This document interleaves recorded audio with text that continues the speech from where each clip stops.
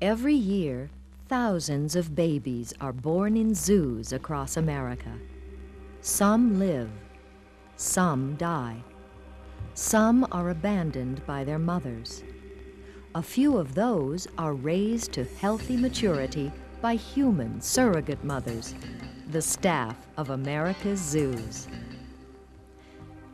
On a November Sunday morning in 1994, at the Denver Zoo, a polar bear named Ulu gives birth to twins and walks away, leaving the two cubs on the cold concrete floor.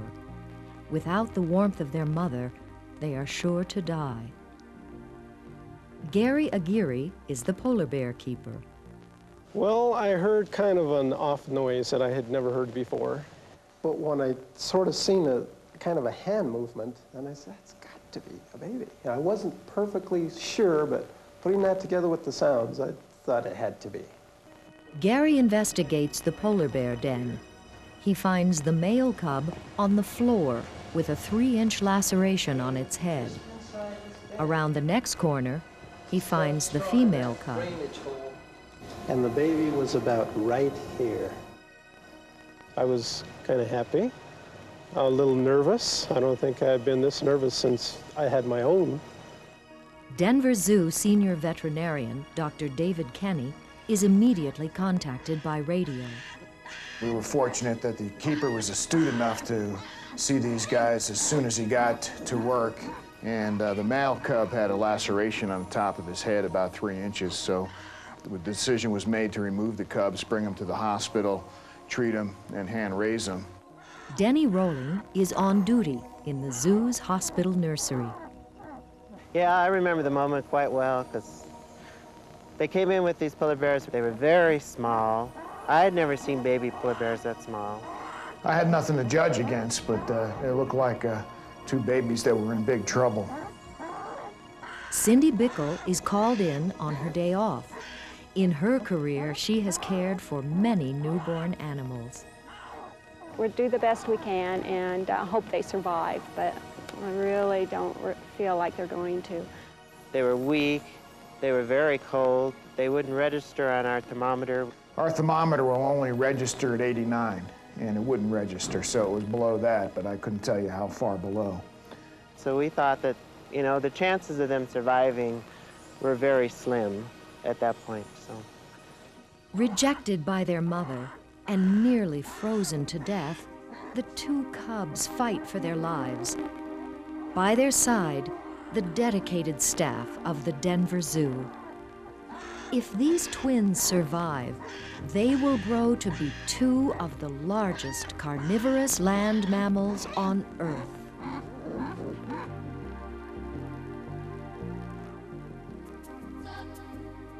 Klondike and Snow, a tale of twin polar bears.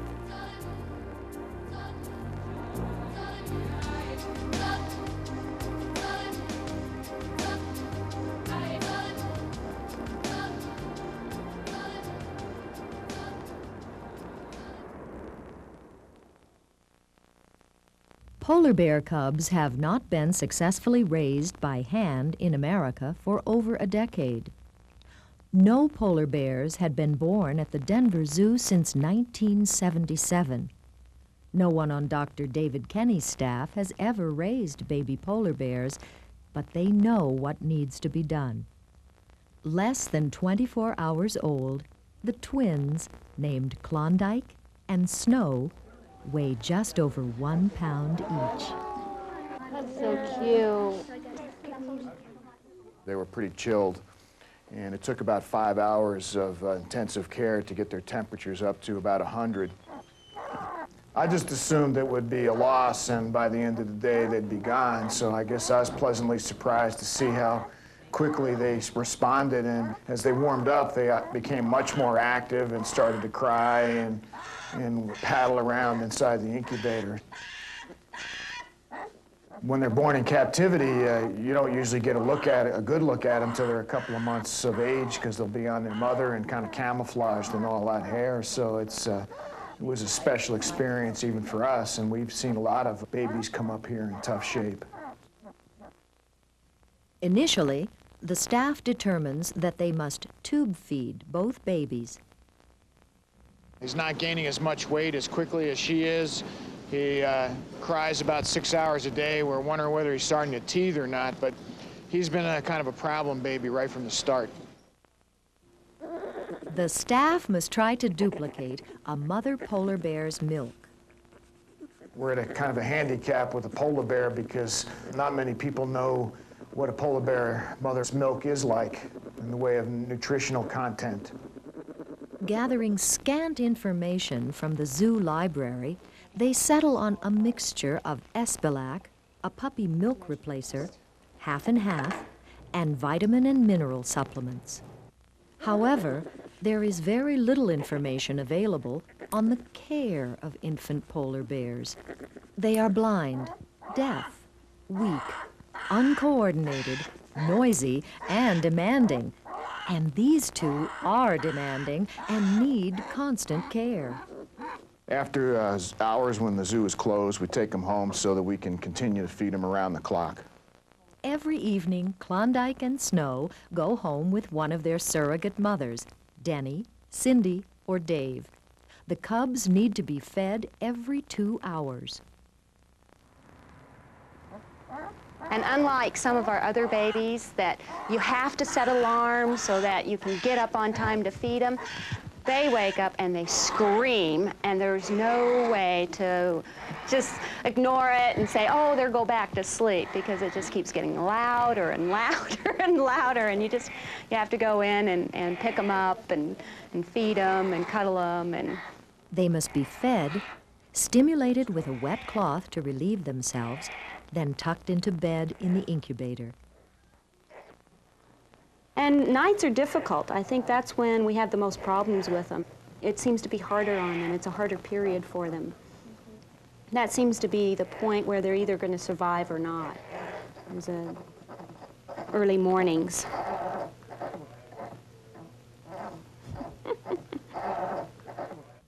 Snow is gaining weight steadily, but Klondike lags behind. Both cubs are bloated. I'm very encouraged about the female. I would be surprised if she did not survive. The little male, I think, unless we can determine why he's not gaining weight, would still be worried about him. We were even wondering if he wasn't on his way out. At one point, we thought that maybe he was on a case of going to die on us. Dr. Kenny decides to tube feed Klondike, which relieves the bloating. Blood tests, radiographs, and ultrasonography all reveal no abnormalities. On advice from nutritional experts, the staff changes the formula. The cod liver oil is replaced with safflower oil. And the overnight feedings and care continue. I'm hoping they will sleep a little more during the night. They seem to be more active and vocal and won't settle down between 2 o'clock and 4 o'clock in the morning. They're born deaf. You almost wish you were deaf for the first part of their lives, because they talk a lot. They used to scream the whole 10 miles to my house and then the 10 miles back, and there were times where I felt like maybe I just ought to drive off a cliff and end it for all of us. I don't know how their mother could take that kind of noise in a cave for 5 months.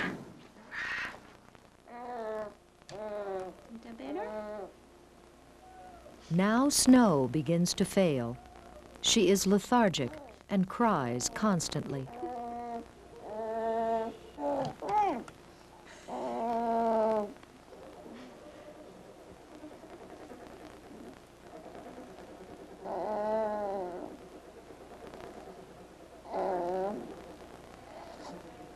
At that point, it seemed to flip-flop, where he started to improve rapidly and she wasn't doing as well, started to bloat, seemed to be constipated, and we were becoming more concerned with her.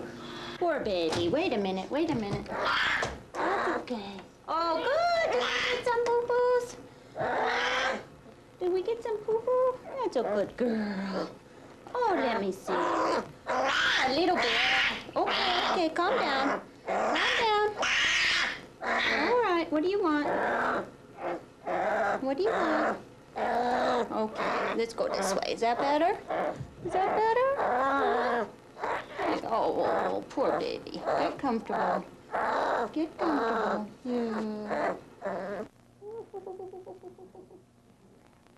Today, she finally went to the bathroom on her own, and it's great. We're all celebrating. I think we'll go out to lunch.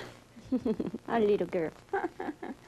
It's a relief that she did that. It's a big step to her recovery. Go to the bathroom now. Yeah. Your belly looks better already. It does. Since we were taking them home at night, and we were sleeping next to them, and we were listening to when they cried out, and we were watching every moment that they were being fed and monitoring what was happening in their system, sure, we feel like mom and dad. There is a love relationship here, I think, with the bears for sure. There are favorite bears even that we tend to dote on, and I have mine and Cindy has hers that we tend to dote on, but we love them both. Okay. Now.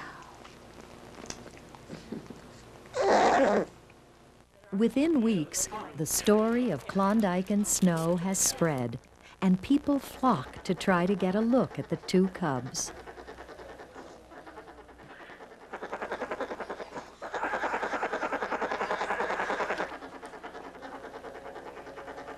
The more time you have to spend with them and worry about them, the more attached you become. And they get attached to me and Denny and Dave. They get upset. A lot of times they can't be consoled unless one of us actually pick them up and start rocking them or pacify them.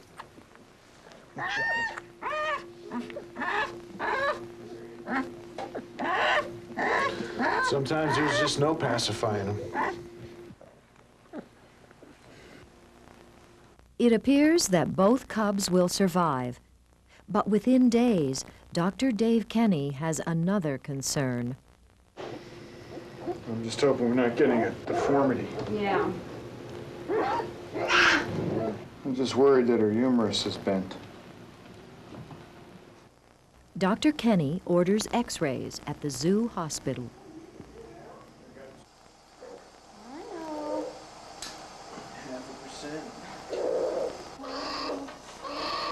When she started to slip away on us, we took a second set of radiographs and realized that their bone development was not normal. They weren't laying down mineral as they should be. Dr. Jimmy Eller examines the latest x-rays. Now we can see more fractures here. See, they were probably here. And we just There is didn't kind see of a them. bow in the humerus. Oh, both? Yeah. X-rays reveal that both cubs have many fractured bones, and in addition, they have rickets, a serious weakening and malformation of the bones caused by a vitamin D3 deficiency. Well, I didn't want to wait any longer because I thought how fast it happened. If we were wrong on the changes we made, we don't have much time to make another one. Klondike is in much better shape than his sister. The reason why he lucked out, I believe, is because at the time he was having trouble. Yeah. We were slowing him down while she was in a growth spurt. Because Klondike's early development was stifled, his bones are growing more slowly, but Snow's bones have become brittle and are unable to support her substantial weight gain. The staff is still uncertain why, but hoping for the best, they change the formula once again, reinstating the cod liver oil. The staff attempts various formula recipes to supply the right amount of vitamins. In the wild, polar bear cubs receive all their necessary nutrition from their mother's milk. Bear's milk is so unusual. We've had a difficult time trying to simulate the mother's milk. And most of the problems we've had with the babies have been probably milk-related, formula-related.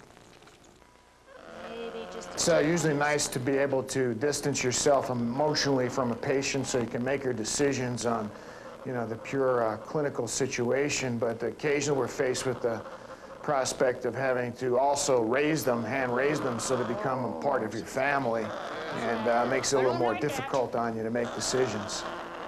There's a polar bear. There's a nice one. There's been a lot of interest from other people in what they do, what they look like, and how they act.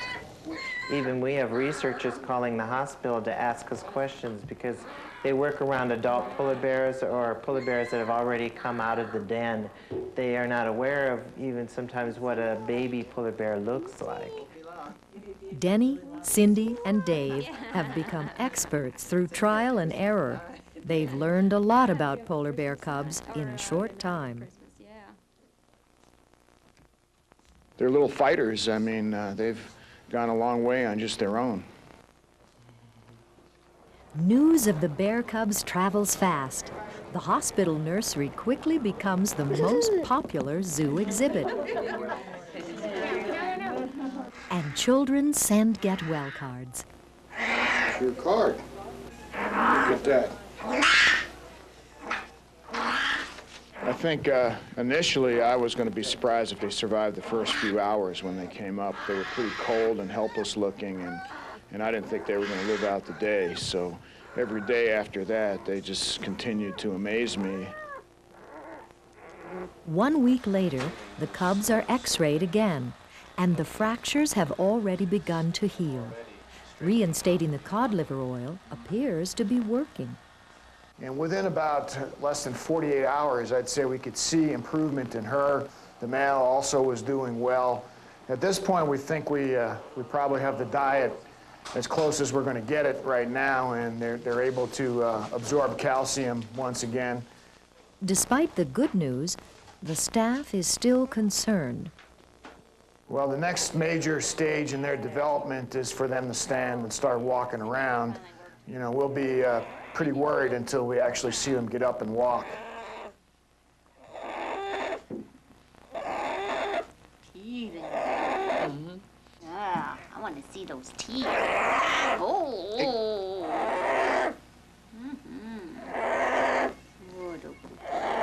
Doesn't that feel good? They're 64 days old. Yeah, you like it, huh? He likes it. He says, I like swimming. I like swimming. Well, you have to take care of every need. They're totally dependent on you, very immature, just like a human infant. I'm already wet now. What a big boy. This is like your third bath today? Right. Okay.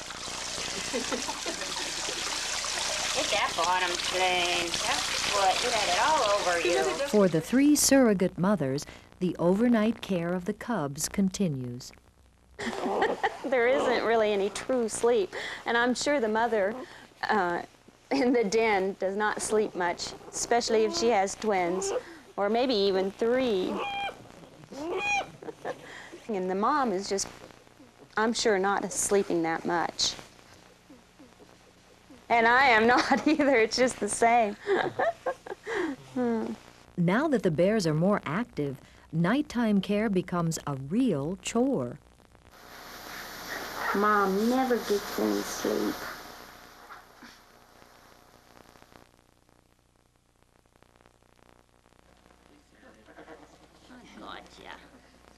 I gotcha. Get mad. Klondike and Snow are happy and seem to be healthy polar bear cubs. But will they be able to walk? Got me.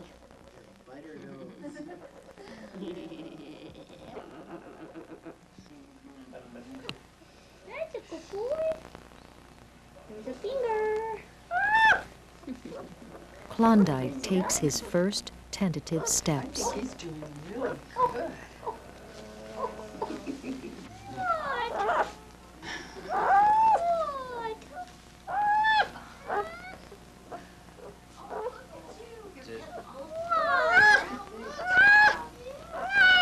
It the thing that's unknown and will be unknown for quite a few weeks is, has any damage been done that they can't correct at this point? The staff begins regular exercises with the cubs and calls in a children's physical therapist for advice. If she doesn't catch up, will she be able to crawl? Will she be able to walk? Will she be able to approximate and use her hands? They do use their hands for activities as tools. Will she be able to do that? Will she be able to swim? The question really is, will she be able to survive, even in a zoo environment, with other animals who are stronger? Oh, don't bite yourself. When I bring her up and I gently hold her head like this, I work with her head, it makes all her muscles down here fire. Last week she had no muscles here, and now her muscles stop about here. She's so much better this week, but she's probably quite a bit behind Klondike. Head up, right there, right there. Tap, tap, tap. There, good girl, good girl. Yes. You want a belly rub after that? That's a good girl. I'm gonna give you a little belly rub, back rub, because that was hard work. The good news is that the therapy, combined with the new formula, is paying off. Yeah. Oh, she says that. Oh, come on, I'm so tired. There you go, yeah.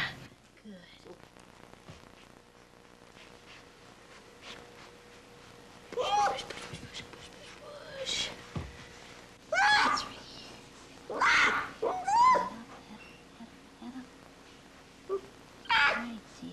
It's time for more x-rays.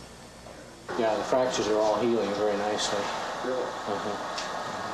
It's still bowed some, but it'll straighten out as she grows. Walks. Heart rate steady at 120. The bowing of the legs may be permanent, but so long as she continues to grow, there is a chance they could straighten out. Once again, confidence among the team is high. Those fractures right there and there. Okay. Now you can't see them anymore. They've healed.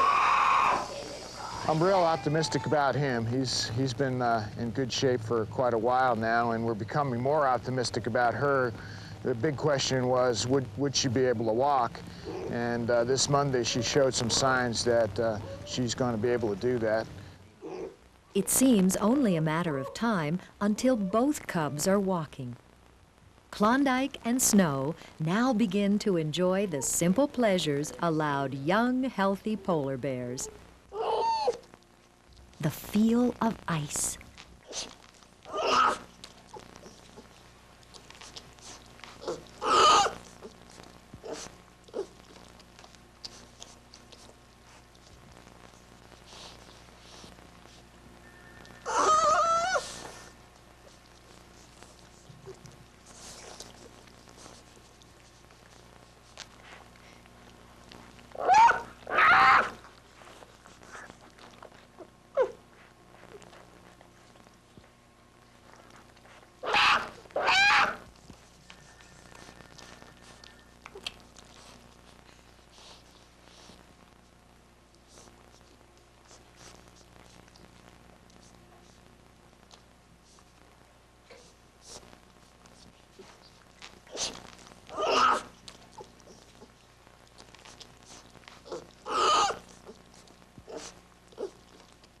The taste of solid food.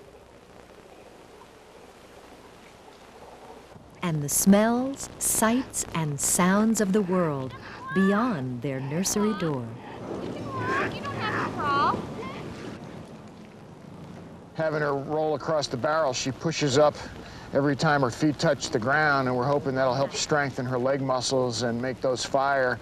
When she stopped, all of a sudden she'd stand up. But she won't walk that way because she can't move fast enough right now, so she gets frustrated and then scoots across to try to catch up to him.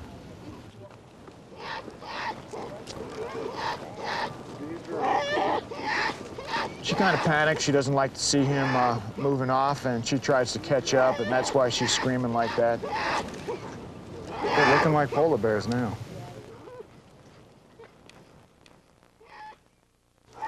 Experts consider polar bears cunning, fierce fighters, and untrustworthy in captivity. Polar bears, at any age, deserve respect. We're real careful around the two cubs. The people that, again, have raised them from the beginning, you have a sense for what you can do and what you can't, and when the bears are getting a little upset. And when they get upset, what they do is strike at whatever's the closest, usually living object to them, and they'll try to bite it or whack it with one of their feet. They don't hold a grudge. Within a few seconds, it's all over. Finally, Snow walks. We already considered it a success. She was running pretty well out there today. Good girl. She likes holding her bottle. Yeah, she does. I think we've been able to show people the life of an animal that we don't know much about here in the nursery, in a stage of their life that's pretty unknown. He is going to. Yeah. Another couple of ounces. Aren't they sweet? It's just kind of a phenomenon, the way people are coming here in droves to take a look at them. I've even seen people watch them for 20 minutes while they're sleeping. Okay, folks, please keep the light moving. Everybody has to have a chance to see the bears. Everybody, please keep on moving. Keep the light moving, please.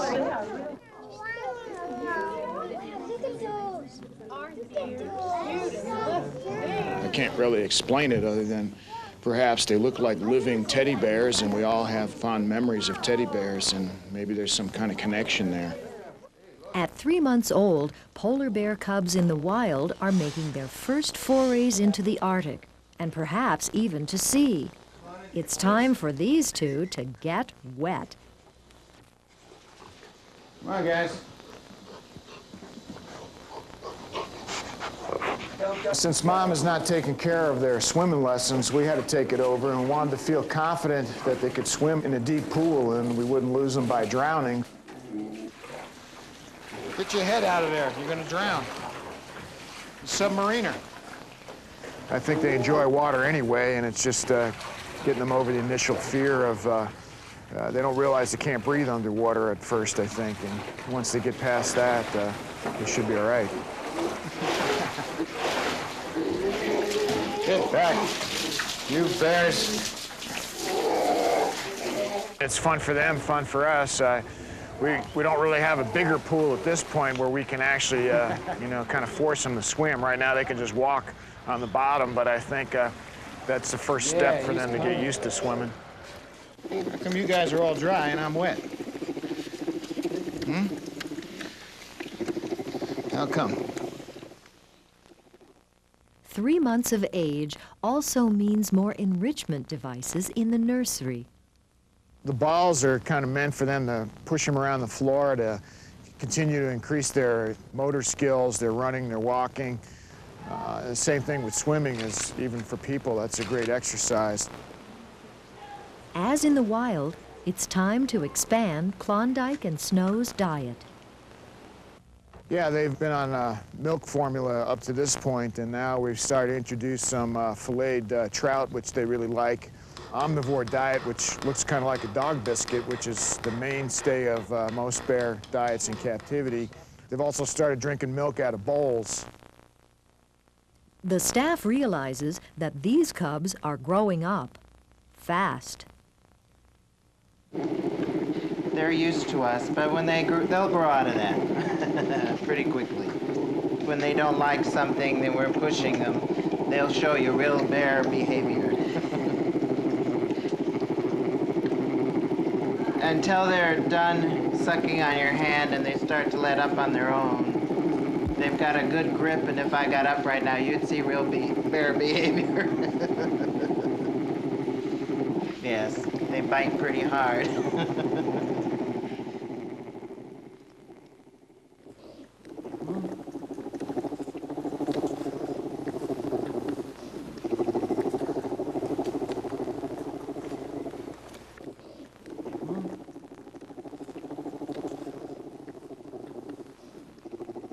They're going to have less human contact each day, so it's going to be traumatic for them for a while, and it's also traumatic for us to have to pull away, but it's going to be safest and best for them to do that.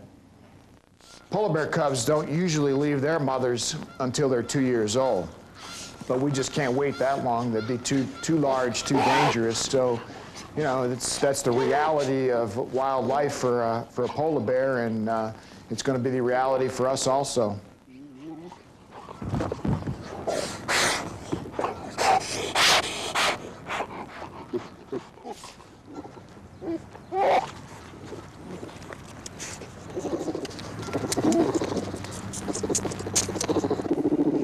I think they make this sound when they're happy, when they've made contact with something they think is their parent. Kind of a comforting sound. They make this little bear face that the adults do, and it must be an innate thing, because I certainly didn't teach them, and they'll purse their lips up like this, and then they'll start huffing at you.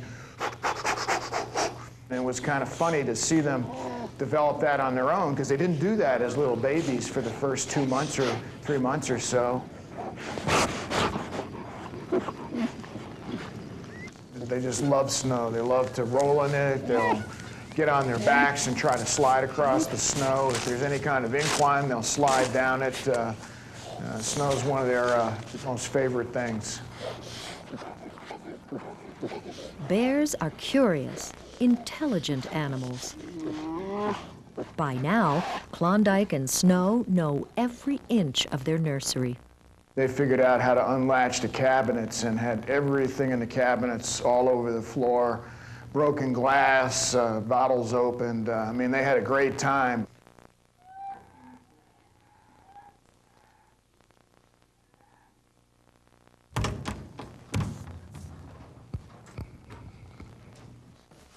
It is obvious that the cubs need more room. This kind of temporary exhibits we're going to put them in was formerly a home for our juvenile penguins.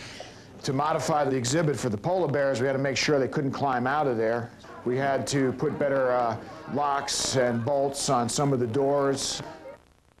Before the cubs can share space at the adult polar bear exhibit, they must learn to swim very well.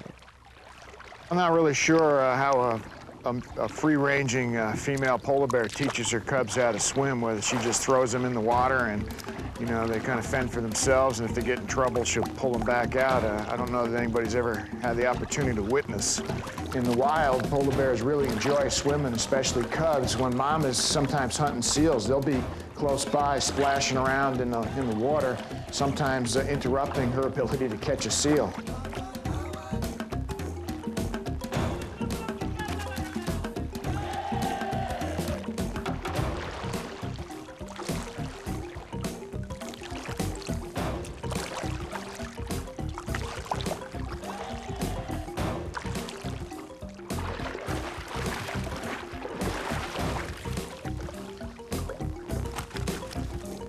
I think the jumping in kind of stimulates them. They get more excited and they want to jump in right behind you, just like your kids probably would do at a pool. And then you run around the other end, come out, and run over to the diving board and jump back in again.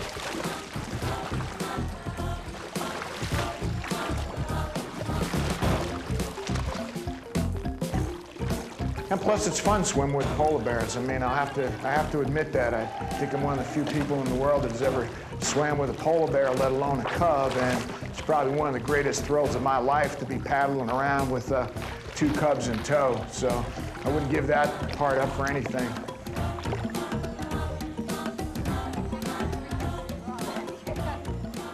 I just can't dismiss the fact that the 2 bears, they just have their own charisma. I don't know how to explain that, but they're, you know, whatever charisma is, those 2 have it. When we were practicing going from the temporary bear exhibit and bringing them back and forth to the hospital, the visitors learned about what time we would be bringing them back, and they showed up purposely for that and would line almost like a gauntlet the entire route from the exhibit back to the nursery, and they would cheer for them like they were rock stars. It was a very strange feeling to be kind of the roadie for these two little rock star bears. And I mean, the interesting thing about it is they have no idea of how popular they are. So they're the only celebrities that I know that don't have, you know, egos that couldn't fit through the door. They couldn't care less about all of this.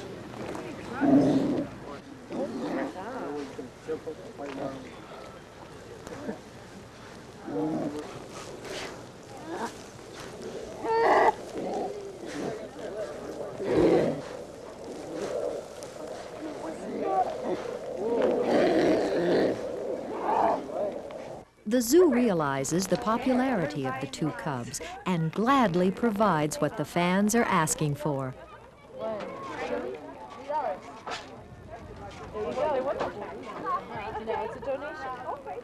Have a nice day. Their fans are happy, the zoo is happy, and the cubs thrive in their new habitat. What we hadn't counted on, again, they outgrew that building so fast. They were breaking the doors down. We weren't going to be able to hold them in there any longer. We had hoped to keep them maybe 6 or 8 weeks, and I think we only got 3 or 4 weeks before things were starting to deteriorate on us. Klondike and Snow move on once again to northern shores, the home of the other mature polar bears at the Denver Zoo. But they must alternate use of the space. Well, in nature, polar bears are really solitary animals as they roam the ice pack. Their main job each day is to find something to eat. Polar bears can be quite aggressive towards each other in the wild, and it's not unheard of that adult males, who can be 3 times the size of a female, will try to catch and kill and eat cubs, and maybe even the females. The adults know they're there. Last night, they just kind of stared down the other end of the hallway where the little guys were, because they knew there was somebody new down there. They could hear them and smell them.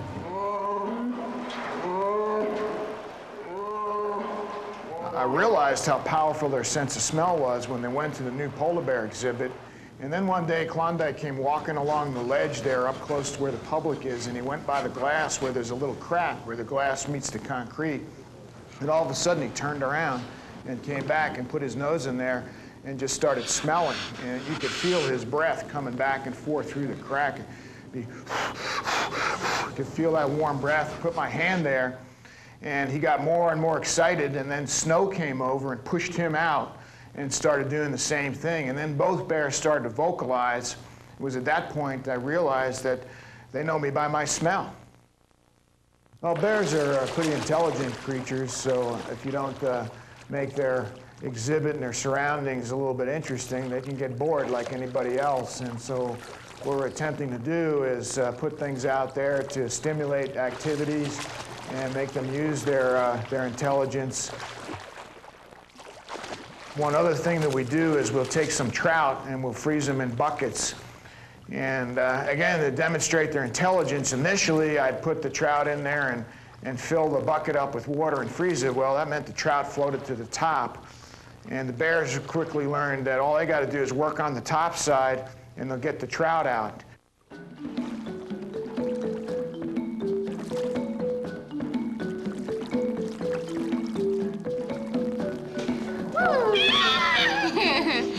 He can't get you.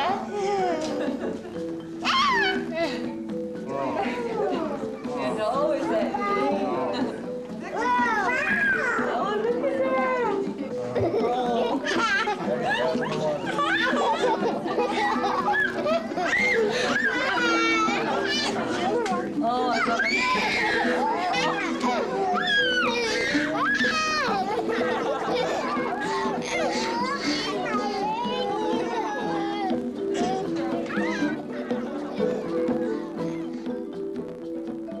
Polar bears can swim for days and have been spotted hundreds of miles from the nearest land or ice floe, paddling effortlessly across the sea at a tireless 6 miles per hour.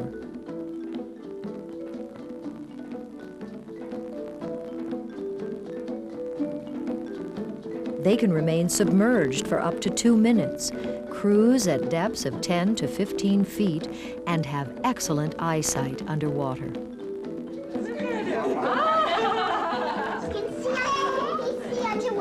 Yeah, look at his eyes are open. Ooh, yeah.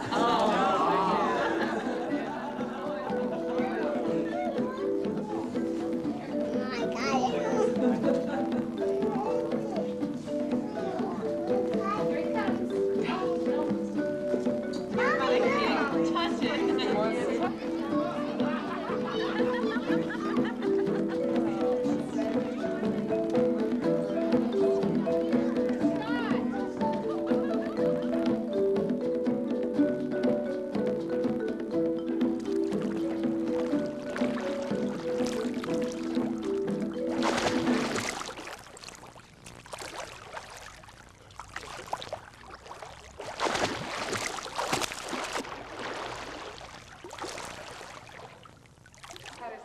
The public enjoys seeing Klondike and Snow in their new habitat, but time on display requires the other adult polar bears to spend more time backstage, off exhibit.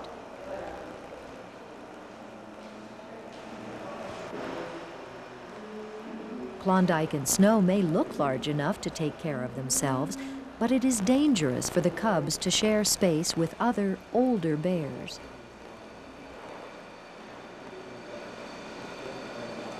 When the cubs were in the nursery, checking their weight was simple. But now, the cubs weigh well over 100 pounds, so special enticements are used to coax them onto the scale. Klondike doesn't like to be messed with when he's getting his bottle. He doesn't like you petting him. He doesn't like you touching him. And I have, on that last occasion, pushed him a little too far. I thought maybe something had injured one of his eyes, and I want to get a closer look at it. And he didn't want me touching him while he was having his bottle. And then you could see the aggressive side.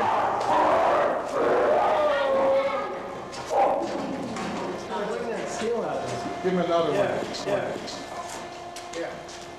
They've been very good with us, but there is a point where you push them too far. And he's probably 170, 180 pounds right now, my size. And I just couldn't risk pushing him too far because there's some real danger there. I don't think there are enough people that could restrain one of those little bears at this point that he couldn't get away and do some damage. So we've passed the point where we can just manhandle them to get a blood sample or take an x-ray.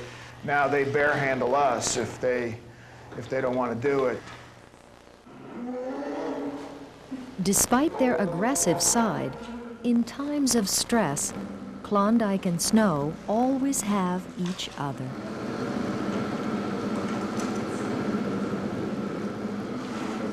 I think they just find comfort with each other in doing it. It's kind of like what kids do when they suck on their thumbs. It's a security thing. It makes them feel good, relieves some stress. But it's clear that the cubs have outgrown the available facilities. At 1 year old, the time has come for one more big change in the lives of Klondike and Snow and the Denver Zoo. We are not able to keep them in Denver because there is insufficient space available in our polar bear facility at Northern Shores, which permanently houses 5 adults, including the baby's parents. This decision was made in the best interests of Klondike and Snow. When Klondike and Snow were born, we began searching for a really good home for them. And we knew that SeaWorld of Orlando was building an incredible new wild Arctic exhibit and needed polar bears. And we contacted them, checked out the exhibit. In fact, our curator of mammals went there personally and came back with glowing reviews. He's been in the business 25 years and said it was the absolute best polar bear facility he's ever seen in his career. Klondike and Snow deserve the best, and that's what the Denver Zoo is going to give them. A difficult decision, considering the public outcry. It's a hard thing to give them up. But we want to do what's in the best interest of the bears, and we just can't be selfish and do what we think would be, please ourselves the most. So we're going to let them go, and we would like everybody to, in Denver, to have the same feeling. We're gonna miss you. I hate to see them go. I think they belong to Denver. But then if the whole nation is aware of it, maybe everybody appreciates them as much as we do. We have found that the adults are taking it a lot harder than the kids. The kids, understand conservation. They understand, they're going to grow up and move on, and I think they have a better understanding about why the bears have to grow up and move on. As we drove by SeaWorld, I yelled, "Take good care of our bears when they come," That's cute. Oh, I love them. I think they're just wonderful. Matter of fact, we're going to plan on going down to Orlando and seeing them there, too. You want to say bye to the polar bears? No. We all hate to see them go. But for us, a sign of our success is to see something that we raised in the nursery end up in another institution where they can breed and have their own families.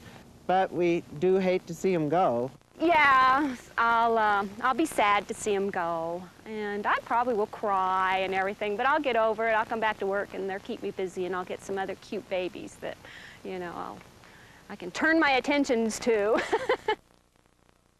I'm sure we'll be doing you know, a little bit of crying, and you know, I'm not embarrassed about that. We love those two little cubs, and we want the best for them for the rest of their lives.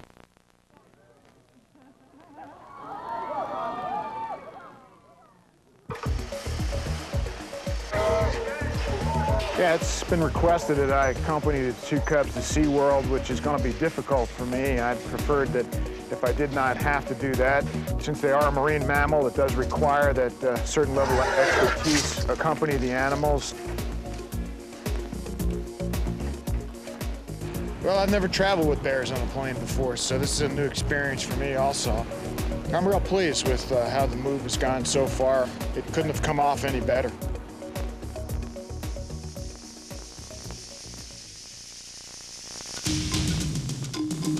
In Orlando and at SeaWorld, Florida, the twins are welcomed with open arms. Klondike and Snow make themselves right at home. We actually have bear dens in the back that have rock work and other interesting things for the bears, even when they're off exhibit.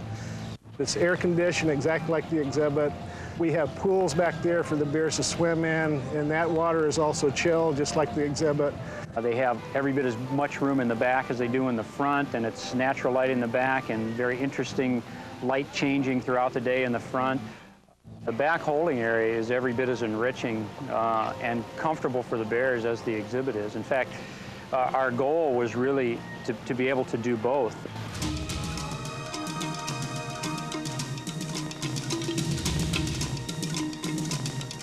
Greetings and welcome to Base Station Wild Arctic.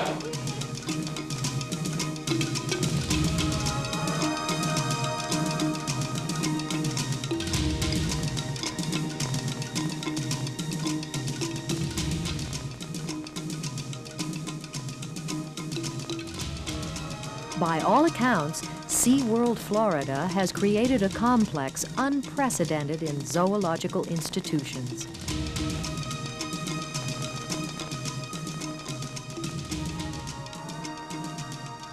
You're really coming to a small chunk of the Arctic, right out of the Arctic, as best as we're able to recreate it in Florida. We talk to polar bear experts all over the world, both in zoological facilities and also researchers that are researching bears in the wild. The exhibit itself is cold. It's below 70 degrees in there, so it's cold from Florida standards, and it's well within the temperature ranges for polar bears in the Arctic during summer months. The water temperature itself is beginning to slightly warm up in the Arctic. We're maintaining it at just below 50 degrees, so the water's chilled down, very cold for them as well. Now that Klondike and Snow have adapted to their den, they finally have the opportunity to explore SeaWorld's wild Arctic for themselves. Dr. Dave Kenny is on hand to see their reaction. Come here, Snowball. They're exploring everything. Since the other bears also use this exhibit, they're not used to smelling other bear smells. That's how they see the world, is through their noses, so they're going to smell everything.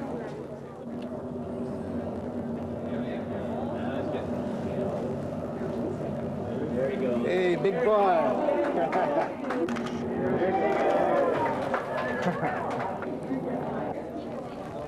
She's after the fish. She's snapping at him. There's a lot of nervous fish here. He's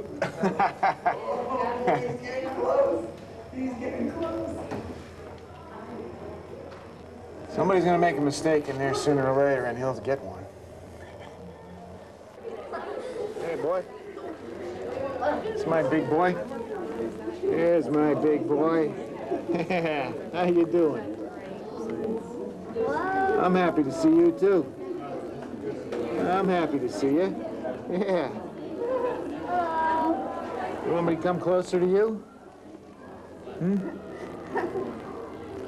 We want to see you catch a fish, Klondike. Huh? He's a big bear. That's a big bear.